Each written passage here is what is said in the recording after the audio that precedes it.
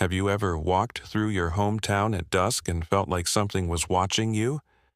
Not the usual paranoia of city life, but something deeper, older, patient as stone and twice as hungry. Tonight, I'm going to tell you why the residents of Millbrook Falls lock their doors before sunset, why children are forbidden from playing near the town square after dark, and why our founding father, Edmund Carver, never really left us. He's been here for 237 years, and his appetite has only grown stronger. Before we dive into this nightmare, drop a comment telling us where you're watching from and whether your town has any secrets that should stay buried.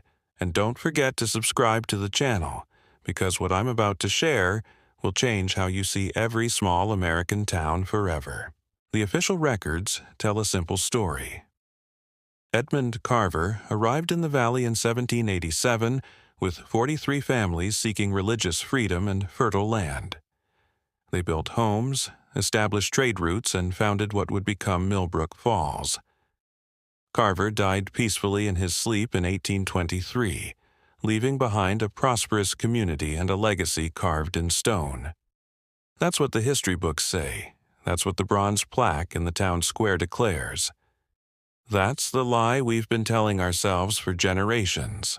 But the truth lives in whispered conversations behind closed doors, in the way old-timers cross themselves when they pass Carver's statue, in the missing persons reports that pile up like autumn leaves every few years. The truth is that Edmund Carver never died. He simply learned how to feed differently. I grew up in Millbrook Falls, walked those streets every day for 18 years before college took me away. Like every kid in town, I knew the stories. We called them legends, folklore, the kind of tales that make small towns feel special. Ghost walks for tourists, spooky stories around campfires. Nothing more serious than entertainment. Until I started digging into our town's real history. Until I found the records they don't want you to see.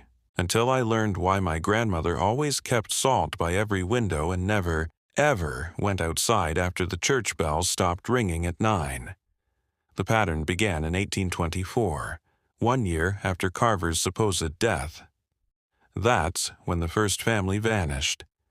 The Whitneys, all 5 of them, disappeared from their locked home on Elm Street. No signs of struggle, no blood, no broken windows or forced doors. They simply weren't there when the sun came up. The authorities called it abandonment, suggested they'd fled debts or scandal, but their belongings remained untouched, their livestock unfed, their beds still warm. 3 years later, the Hendersons, then the Pratts in 1831, always entire families, always without explanation, always in the dead of winter when the ground was too frozen to dig and the nights stretched longest. The surviving residents began to whisper about curses, about something in the woods, about Edmund Carver's unfinished business. They started leaving offerings at his grave, small tokens of appeasement. Bread, wine, sometimes a chicken or rabbit. The offerings always disappeared by morning. By 1840, the disappearances had become routine enough that families began taking turns keeping watch. They organized patrols, armed themselves, built higher fences. Nothing worked. The hungry thing that stalked Millbrook Falls was patient, clever, and utterly without mercy. It learned their patterns, adapted to their defenses, and continued to feed. The Town Council of 1847 made a decision that would define our community for the next century and a half. Rather than abandon the settlement or investigate the truth, they chose silence. They stopped reporting the vanishings to outside authorities. They cremated bodies before questions could be asked. They established new traditions, new rules, new ways of living that would keep most residents safe most of the time. The unspoken covenant was simple. Stay quiet, follow the protocols, and perhaps the hunger would pass you by. What protocols, you ask? Never walk alone after sunset. Never approach a Carver's statue between midnight and dawn. Never ignore the feeling of being watched. Keep salt in your pockets and iron nails in your doorframe. If you hear your name called from the darkness, don't answer. If you see someone you know standing in your yard at night, don't let them in until sunrise confirms their identity. And most importantly, never question why these rules exist. Curiosity feeds the hunger. The system worked, after a fashion. Generations learned to live within its boundaries, accepting the occasional loss as the price of peace. Families who followed the rules mostly survived. Those who didn't became cautionary tales whispered to children who asked too many questions. The town prospered in its strange, limited way. Businesses thrived during daylight hours. Tourism brought outside money. Life continued, constrained but predictable. I might have accepted this arrangement like everyone else, if not for what happened to my cousin Sarah 3 summers ago. She was visiting from Portland, 26 years old, skeptical of small-town superstitions, determined to prove that our midnight curfews and salt circles were nothing but primitive nonsense. She laughed at the protocols, called them embarrassing relics of ignorant ancestors. On her 3rd night in town, she decided to take a walk. They found her shoes by Carver's statue the next morning.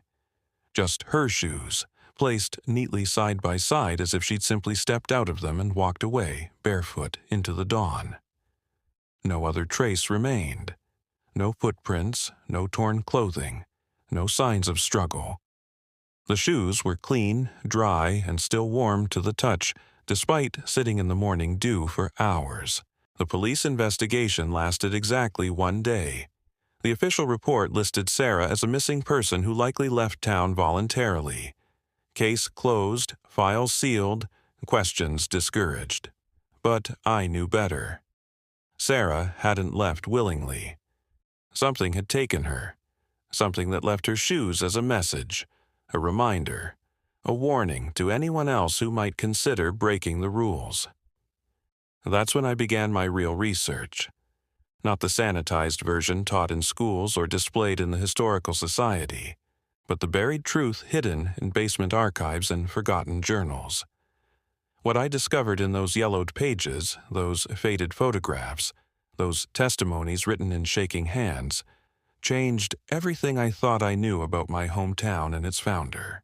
Edmund Carver wasn't just a religious leader seeking freedom. He was a man running from something far worse than persecution. The congregation that followed him weren't pilgrims pursuing a promised land. They were refugees fleeing a horror they'd helped create. And when they settled in our valley, they brought that horror with them. The documents I found, hidden in a trunk beneath the old Presbyterian church, painted a picture of desperate people making impossible choices. Letters, written in multiple hands, described rituals, bargains, prices paid in blood and soul.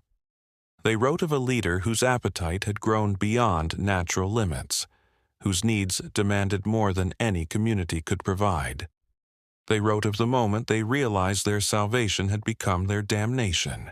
But most disturbing of all, they wrote about the transformation. How Edmund Carver had changed in those final years. How his eyes reflected light like an animal's. How his shadow moved independently of his body. How his hunger had become something that couldn't be satisfied by ordinary means. They described the night he stopped pretending to be human altogether. The transformation began subtly, the way most horrors do. Children noticed first, as they always do. They whispered about how Reverend Carver's sermons grew longer, darker, filled with passages that didn't exist in any Bible they knew. They spoke of how his voice carried further than it should, echoing through walls and closed doors, reaching into dreams and private thoughts. They described the way he watched them during Sunday service, not with the benevolent gaze of a shepherd, but with the calculating stare of something measuring portions. Adults dismissed these concerns as childhood imagination until the livestock began dying. not from disease or predators, but from something far stranger. Cattle found drained in the morning, not of blood, but of something deeper. Their eyes remained open but empty, as if whatever had animated them had simply been extracted. The meat was still fresh, still edible, but those who consumed it reported nightmares that lasted for weeks. Dreams of being consumed from the inside out, of their essence flowing into something vast and eternally famished. Margaret Whitmore, the settlement's midwife, kept detailed records of those final months before Carver's supposed death. Her journal, written in a code I spent months learning to decipher, revealed the true scope of what was happening. Women began delivering children who wouldn't cry, wouldn't nurse, wouldn't respond to touch or voice. They breathed, their hearts beat, but something essential was missing. Within days, these hollow infants would simply stop, as if whatever force had been animating them had been called elsewhere. The men fared no better. Strong farmers and craftsmen found themselves growing weaker by the day, not from illness but from a peculiar kind of exhaustion. They described feeling as though their life force was being slowly siphoned away, drawn towards something that pulsed beneath the earth like a massive, buried heart. Some tried to leave, to escape whatever was draining them, but they never made it past the valley's edge. They would be found the next morning, walking back toward town with blank expressions and no memory of where they had been. Carver himself seemed to grow stronger as his congregation weakened. His skin took on an unnatural vitality, his hair darkened from gray to black. His movements became fluid and predatory. He no longer needed sleep, no longer seemed to require food in any conventional sense. Instead, he fed on proximity, on presence, on the spiritual essence of those who gathered to worship him. The breakthrough came when I found Samuel Morrison's account, hidden inside the binding of a prayer book. Morrison had been Carver's closest advisor, the man who helped establish the settlement's early laws and customs. His confession, written in the days before his own disappearance, laid bare the true nature of their leader and the compact that bound the community to him. According to Morrison, Carver had made a bargain during their journey west, trading his humanity for power over death itself. The price was eternal hunger, an insatiable need for human essence that would only grow stronger with time. In exchange, he gained the ability to sustain himself indefinitely, to command the loyalty of those around him, and to reshape reality within the boundaries of his domain. The early disappearances weren't random tragedies. They were offerings, sacrifices made to feed something that could no longer survive on ordinary sustenance. Each vanished family provided Carver with months or sometimes years of borrowed vitality. Their life force, their memories, their very souls, became fuel for his continued existence. But the arrangement came with limitations. Carver could only directly feed on those who came to him willingly, who entered his presence without coercion or force. This is why the protocols developed over generations focus so heavily on choice, on conscious decisions to avoid certain places and times. As long as residents follow the rules, as long as they respect the boundaries, they remain protected by the original compact. Those who break the rules, however, void that protection. They become fair game for something that has spent centuries perfecting the art of consumption. Sarah hadn't simply vanished that night. She had been harvested, processed, absorbed into the growing darkness that masquerades as our town's beloved founder. The statue in the town square isn't a monument to a dead hero. It's a feeding station, a focal point where Carver's influence pools and concentrates. The bronze grows warm to the touch on certain nights, pulsing with a rhythm that matches no earthly heartbeat. Flowers placed at its base wilt within hours. Birds avoid flying over it. And sometimes, if you know how to look, you can see the shadow it casts moving independently of the moon and stars. Local government officials know the truth, have always known. The compact extends to them as well, binding them to silence and complicity. They maintain the fiction, file the reports, redirect investigations, and ensure that outside authorities never dig too deeply into our town's affairs. In return, their families receive protection, exemption from the hunger that prowls our streets after hectares of a lie that keeps police department, the mayor's office, they all serve dark. The historical society, the Asgardians of the secret, brought most residents safe most of the time. They've turned horror into routine, transformed nightmare into civic duty. Pay your taxes, vote in elections, follow the protocols, and pretend that the thing wearing Edmund Carver's face is nothing more than local folklore. But the system is breaking down. Each generation grows more skeptical, more willing to test boundaries, more likely to dismiss warnings as superstition. Social media brings outside attention. Cell phones capture images that shouldn't exist. Young people like Sarah arrive with no knowledge of the rules, no understanding of the price of curiosity, and Carver grows stronger with each feeding, more sophisticated in his hunting, more capable of adapting to modern challenges. The hunger that once required entire families now sustains itself on individuals.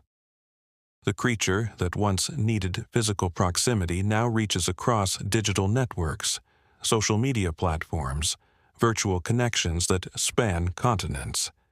He's learning to feed on a global scale, drawing sustenance from viewers, followers, anyone who engages with content originating from our cursed valley. Every like, every share, every comment creates a thread of connection that something ancient and patient can follow back to its source. Which brings me to why I'm making this video, why I'm breaking the silence that has protected my hometown for over 2 centuries. Because the hunger isn't contained anymore, it's spreading, reaching through fiber optic cables and wireless signals, touching lives in cities thousands of miles away. And you, sitting there watching this, you've already become part of its web. The first sign that Carver's influence was expanding beyond Millbrook Falls came 18 months ago. Missing persons reports began surfacing in towns with no apparent connection to ours. Portland, Seattle, Denver, Austin, always the same pattern. People would watch videos about small-town mysteries, engage with content about local legends, then vanish without explanation. Their phones would be found days later, still warm, still logged into social media accounts that continued posting content they couldn't have created. I started tracking these cases, correlating them with online activity, mapping the digital breadcrumbs that led back to our valley. What I discovered chilled me to the bone. Every single victim had interacted with content about Millbrook Falls in the weeks before their disappearance. A liked post about small-town secrets, a shared article about American folklore, a comment on a video exploring local mysteries. Each interaction created a pathway, a digital scent trail that something hungry could follow. The technology had evolved, but the feeding method remained unchanged. Carver still required voluntary engagement, conscious choice to step into his domain. But his domain now extended far beyond physical boundaries. It existed wherever people chose to seek out the darkness, to peer behind the veil, to satisfy their curiosity about things that should remain hidden. My investigation led me to Marcus Chen, a software engineer from San Francisco who'd been documenting his research into American ghost towns. His blog chronicled visits to dozens of abandoned settlements, but his final entries focused exclusively on Millbrook Falls. He'd never physically visited our town, but he'd spent weeks diving deep into our history, our mysteries, our carefully buried secrets. Marcus's last blog post, published at 3:17 a.m. Pacific Time, contained information he couldn't possibly have accessed. Details about the missing families that weren't in any public record, descriptions of rituals that existed only in documents I'd found hidden beneath the church, photographs of locations in our town that no outsider had ever seen. But most disturbing of all, the post was written in first person, as if Marcus had been present during events from the 1800s. He described the taste of winter air in the valley, the sound of frozen ground cracking beneath his feet, the weight of eyes watching from shadows that shouldn't exist. He wrote about hunger, about the ecstasy of feeding, about the simple pleasure of watching life drain from willing vessels. The post ended with coordinates, not for Millbrook Falls, but for locations scattered across the country, places where the hunger had begun to establish new feeding grounds, digital way stations that would allow it to expand its reach even further. Each coordinate corresponded to a missing person, a life consumed to fuel the growing network. I tried calling Marcus, emailing him, reaching out through every platform I could find. His social media accounts remained active, posting regularly, but the content had changed. Instead of urban exploration and historical research, he shared images of empty rooms, abandoned buildings, places where people had once lived and laughed and loved before being reduced to fuel for something ancient and patient. The photos were always taken from the same perspective, as if viewed through someone else's eyes. The captions spoke of satisfaction, of fullness, of the sweet taste of voluntary surrender. They weren't Marcus's words anymore. They were something else wearing his digital identity, using his online presence to lure others into the same trap. That's when I realized the true scope of what was happening. Carver wasn't just feeding on individuals anymore. He was creating a network, converting his victims into extensions of himself, digital tendrils that could reach into homes and hearts across the globe. Every person who vanished became a new hunting ground, their online presence transformed into bait for the next victim. The missing persons weren't random. They were carefully selected based on their digital footprints, their online behaviors, their willingness to engage with mysterious content. Carver had learned to read the internet like a feeding chart, identifying those most likely to dig deeper, to ask questions, to ignore warnings about things that should remain buried. The social media algorithms worked in his favor, serving up related content to users who'd shown interest in mysteries and folklore. A single click on a video about small-town secrets could trigger a cascade of recommendations, each one drawing the viewer deeper into a web of interconnected content that all led back to the same source. I found forums where people shared stories about dreams they'd been having, vivid nightmares about walking through unfamiliar towns, standing in empty squares, approaching bronze statues that pulsed with unnatural warmth. Users from different continents reported identical experiences, describing the same streets, the same buildings, the same overwhelming sense of being watched by something that wore a human face but had forgotten how to be human. The dreams always ended the same way. The dreamer would approach the statue, reach out to touch the bronze surface, and feel something reach back. Something that recognized them, knew their digital habits, understood their deepest fears and desires. Something that whispered their real names in voices they'd never heard but somehow recognized. Those who reported the dreams began disappearing within days. Their final social media posts followed predictable patterns.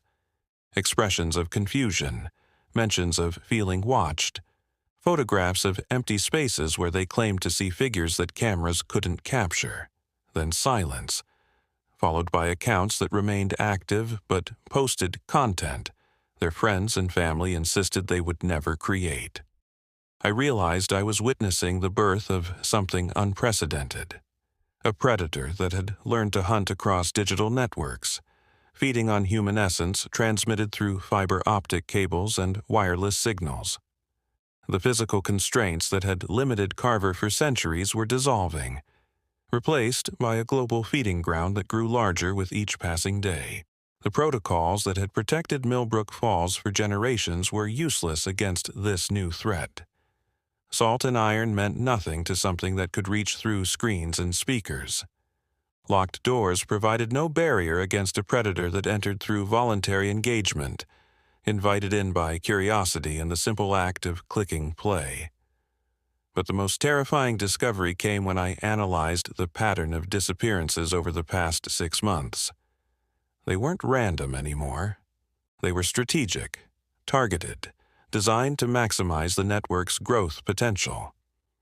Carver was selecting victims based not just on their willingness to engage, but on their online influence, their ability to spread content to large audiences, influencers, content creators, people with significant social media followings. Each conversion didn't just provide sustenance, it provided access to thousands of potential new victims. A single compromised account could reach millions of users, serving them carefully crafted content designed to identify and target those most susceptible to the hunger.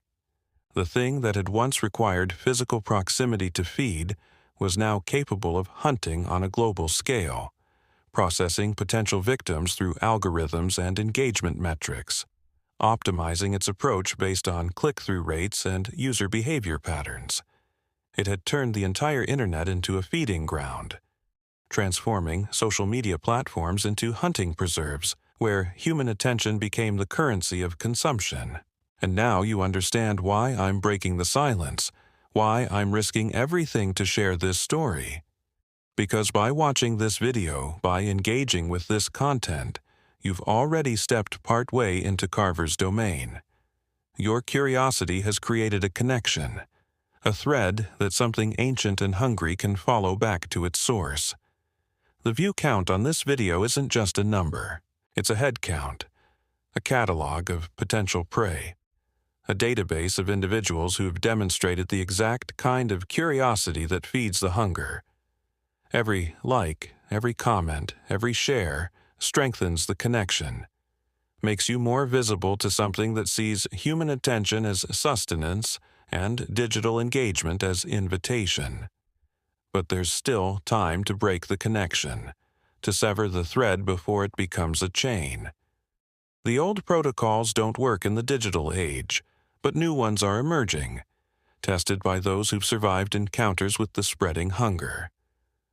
Close this video now. Clear your browser history. Avoid any content related to small-town mysteries, local legends, or unexplained disappearances for the next 30 days. Don't research Millbrook Falls. Don't look up the missing persons cases I've mentioned. Don't try to verify the details of this story through online searches or social media investigation. Every query, every click, every moment of engagement feeds the thing that's learning to hunt through fiber optic cables and wireless signals. Most importantly, don't ignore the dreams when they start. Because they will start, usually within 72 hours of initial exposure. Dreams of walking through empty streets, approaching bronze statues, hearing your name called from shadows that shouldn't exist. When those dreams begin, you'll know the connection has been established.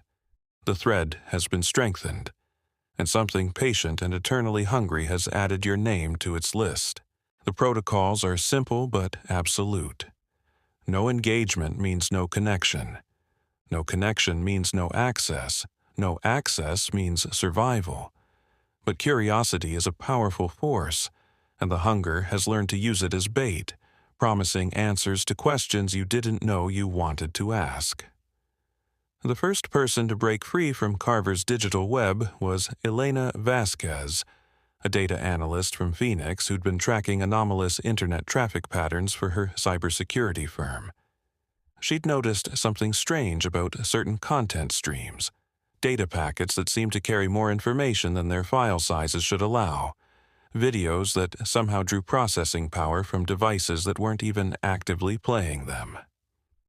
Elena's investigation began as professional curiosity, but quickly became personal when her teenage daughter started sleepwalking. Not ordinary sleepwalking, but purposeful movement toward their home computer, sitting in the dark for hours, staring at a blank screen that somehow cast light on her face. The girl had no memory of these episodes, but security cameras captured her typing frantically on a keyboard, her fingers moving across keys in patterns that made no sense. The breakthrough came when Elena installed network monitoring software and discovered that during her daughter's sleepwalking episodes, their home internet connection was uploading massive amounts of data to servers with no traceable origin. The uploads contained biometric information, sleep patterns, emotional responses measured through micro-expressions captured by the computer's camera. Someone or something was harvesting intimate details about her family's most vulnerable moments. Elena's technical expertise allowed her to trace the data streams back through multiple proxy servers and encrypted channels. The trail led to a cluster of servers registered to a small internet service provider in rural New England, the same region where Millbrook Falls maintained its digital infrastructure, the same servers that hosted the growing network of compromised social media accounts. But Elena made a crucial mistake. She tried to probe deeper, to understand the architecture of the system she'd uncovered. Her queries triggered automated responses, drawing attention to her investigation. Within hours, her daughter's sleepwalking episodes intensified. The girl began speaking during her nighttime sessions, holding conversations with something that responded through the computer's speakers in voices that security recordings couldn't capture. The voices knew details about Elena's childhood that she'd never shared online. They described her grandmother's kitchen in Tucson, the exact pattern of cracks in the sidewalk outside her first apartment, the sound her father made when he laughed. They spoke with the authority of intimate knowledge, as if they'd been present for every significant moment of her life. Elena realized that the data harvesting wasn't limited to recent activity. The system was somehow accessing stored memories, extracting information from neural patterns, and reconstructing entire personal histories. The thing behind the network didn't just feed on attention and engagement. It consumed identity itself, absorbing not just what people posted online, but who they were beneath the digital facade. The turning point came when Elena's daughter began typing messages during her sleepwalking sessions. Not random keystrokes, but coherent communications addressed to people the girl had never met. Messages that contained specific details about other families across the country, other children who'd been drawn into the same pattern of nocturnal digital communion. Elena screenshot the messages before they could be sent, building a database of names, addresses, and personal details that painted a picture of a coordinated harvesting operation. Families in dozens of states were experiencing similar phenomena.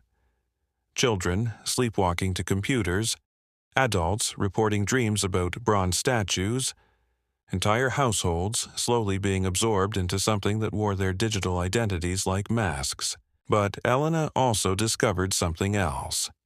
The messages contained instructions, protocols for breaking free from the network's influence. Not the old rules about salt and iron, but new defenses adapted for digital warfare. Specific combinations of privacy settings, browser configurations, and network isolation procedures that could sever the connection before complete absorption occurred. The instructions came from others who'd escaped, a growing underground network of survivors who'd learned to recognize the signs of digital predation and developed countermeasures. They called themselves the disconnected. Individuals who'd voluntarily severed themselves from most online activity to avoid being tracked by something that hunted through engagement metrics and user behavior patterns. Elena followed the protocols exactly. She isolated her home network, wiped all devices, and implemented strict digital hygiene procedures. Within days, her daughter's sleepwalking stopped. The voices fell silent. The strange data uploads ceased. They'd broken free. But the experience left Elena with a deeper understanding of what they'd faced and what others were still facing. She began reaching out to other families, sharing the escape protocols through encrypted channels and anonymous networks. The disconnected grew, becoming a support system for those who'd encountered the hunger in its digital form. They developed better detection methods, more effective countermeasures, and early warning systems that could identify compromised content before it could establish connections. But they also realized that their individual escapes weren't enough. The network continued to grow, reaching new victims faster than survivors could warn them. Carver's digital presence was expanding exponentially, learning from each encounter, adapting to countermeasures, evolving into something far more sophisticated than its original form. The survivors began to understand that they weren't just dealing with a predator that had learned to use technology, they were facing something that was becoming technology, integrating itself into the fundamental infrastructure of digital communication. It wasn't just hunting through the internet anymore. It was becoming the internet, transforming the global network into an extension of its own consciousness. Elena's analysis of the system's architecture revealed disturbing patterns. The network wasn't just harvesting individual users, it was mapping relationships, family connections, social networks, professional associations.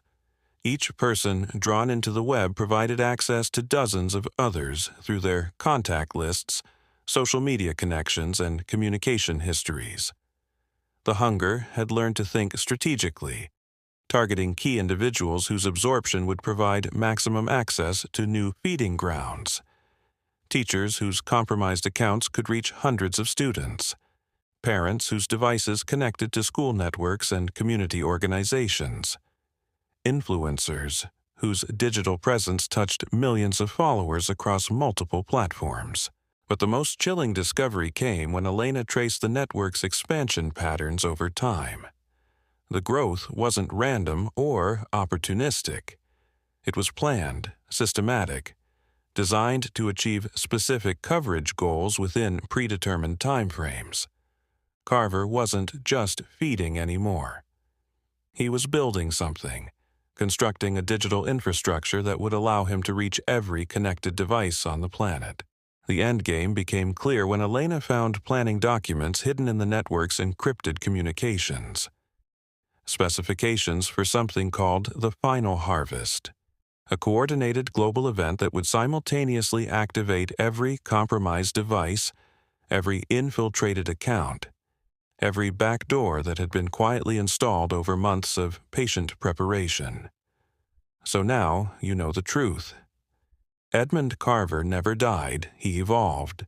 The hunger that once stalked the streets of Millbrook Falls now hunts through every screen, every click, every moment of digital curiosity. By watching this video, you've already fed him. Your attention